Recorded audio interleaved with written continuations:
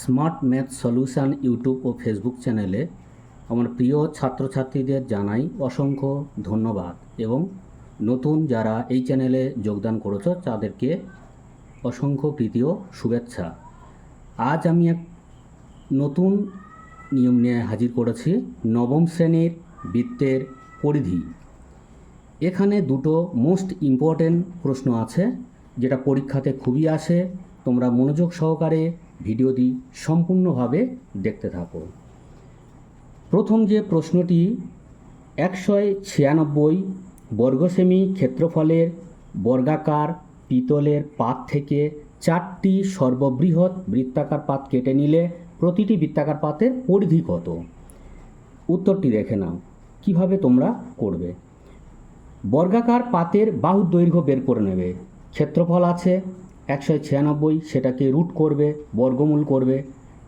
বাহুর দৈর্ঘ্য হচ্ছে 14 সেমি, 196 বর্গমূল 14। অতএব কেটে নেওয়া প্রতিটি বৃত্তাকার পাতের ব্যাস কত হবে? 14/2 মানে কত? 7 সেমি। কাটাকাটি করলে 7 সেমি। এবং ব্যাসার্ধ 7/2, ব্যাসের অর্ধেক 7/2।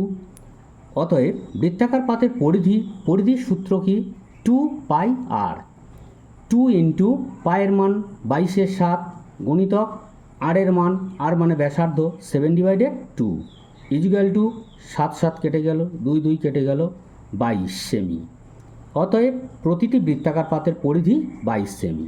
দ্বিতীয় যে প্রশ্নটি, একটি বৃত্ত বর্গক্ষেত্রের পরিলিখিত বর্গক্ষেত্রের বাহু 5 সেমি হলে বৃত্তের ব্যাস কত? ডান দিকের ছবিটা লক্ষ্য রেখো কিভাবে ছবিটা অঙ্কন করা হয়েছে। যেহেতু বৃত্তটি পরিলিখিত তাহলে বর্গক্ষেত্রের বাইরে হবে বৃত্ত। এটা হচ্ছে কর্ণ, বিডি কর্ণ। উত্তরটা দেখো, বর্গক্ষেত্রের কর্ণের দৈর্ঘ্য ইজিক্যাল টু, কর্ণের দৈর্ঘ্য সূত্র ফেলো, √2 ইন্টু বাহু ইজিক্যাল টু √2 গুণিতক বাহুর দৈর্ঘ্য দেওয়া আছে 5 সেমি ইজিক্যাল টু √2 সঙ্গে 5 গুণ করলে 5√2 সেমি। অতএব বৃত্তের ব্যাসের দৈর্ঘ্য 5√2 সেমি। যেহেতু বর্গক্ষেত্রের কর্ণ ইজিক্যাল টু বৃত্তের ব্যাস। ভিডিওটি কেমন লাগলো?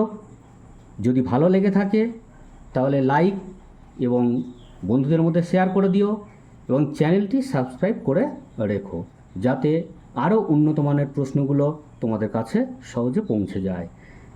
লাইক করতে ভুলবে না, কারণ কি লাইক করলে আমার ভিডিও করার এনার্জিটা বেড়ে যায়। এবং সাবস্ক্রাইব করে রাখতে বলা কেন?